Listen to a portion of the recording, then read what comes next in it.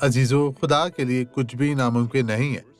वो बदतरीन मुजरिम को पकड़ता है और इसे सबसे बड़े रासबाज में बदल देता है। पालूस कहता था कि वो बदतरीन गुनहगारों में से एक था, क्योंकि वो कलीसिया को सताता था। इसने स्तिफनस की मौत के लिए रजामंदी दी थी। इसे जरा भी रहम नहीं था। वो लोगों को कोठरियों में फेंक देता था और खुदा जानता था कि वहां इनके साथ क्या क्या किया गया, लेकिन वो तब्दील हो गया। खुदा के लिए कुछ भी नामुमकिन नहीं है, क्योंकि खुदाउन सब कुछ कर सकता है। अगर कलीसिया में से किसी भी गुनहगार को बदल सकता है, तो वो आपकी जिंदगी भी बदल सकता है। वो लोग जो गुनाहों में हैं, खुदा से रुजू करें और खुदाउन में अपनी जिंदगी को बेहतर बनाए। खुदा आप और आपके घराने को बरकत दे। आए दुआ करें।